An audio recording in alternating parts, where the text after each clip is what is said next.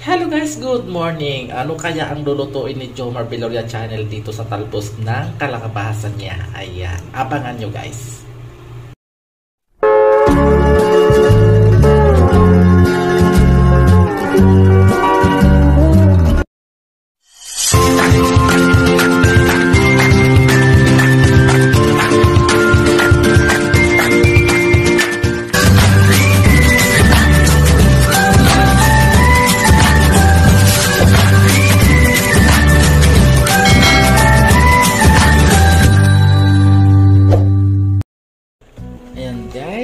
To this video guys, nagpapakulo ako o nag-boiled ako ng monggo para mag-isa tayo guys kasi mag-harvest tayo ng talbos ng ating kalabasa sa harapan. Ayan, sarap to guys.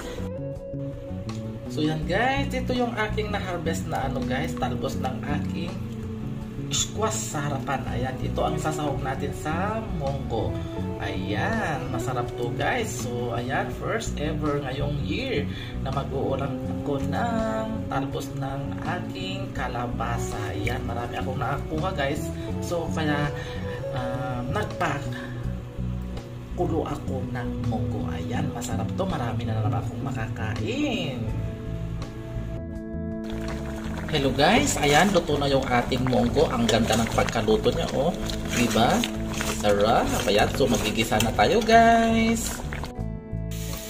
So yan guys, igisa na natin ang ating monggo. Maglagay tayo guys ng 555 sardines. Ayan.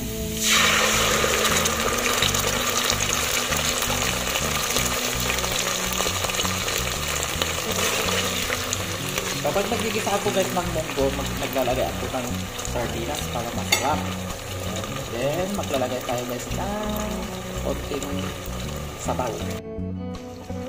Ayan, maglagay tayo guys ng hot water konti lang.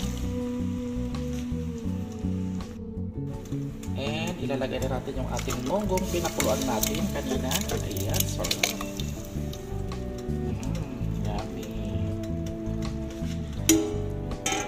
Ayan, at guys, ito ano ko na rin yung mga kalabasa na himay ko na. Ayan, natanggal ko na yung mga bulbul niya.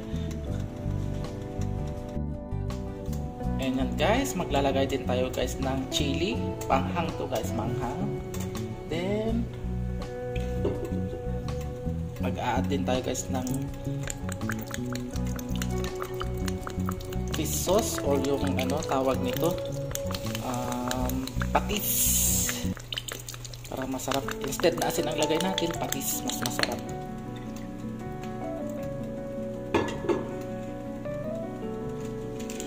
Then, yung ating pangmarinamnam, magic sarap.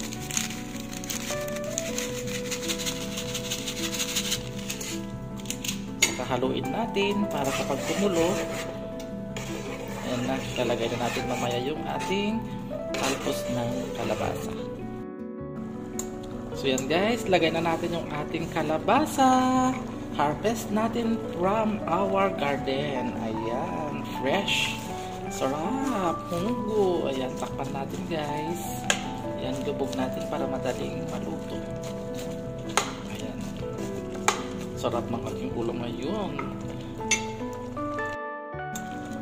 Ayan, nalutong kakapsat. Ako, naglimas mga kakapsat yo. Ginisang munggo with talbos ng kalabasa at sardinas. Ayan, mga napon.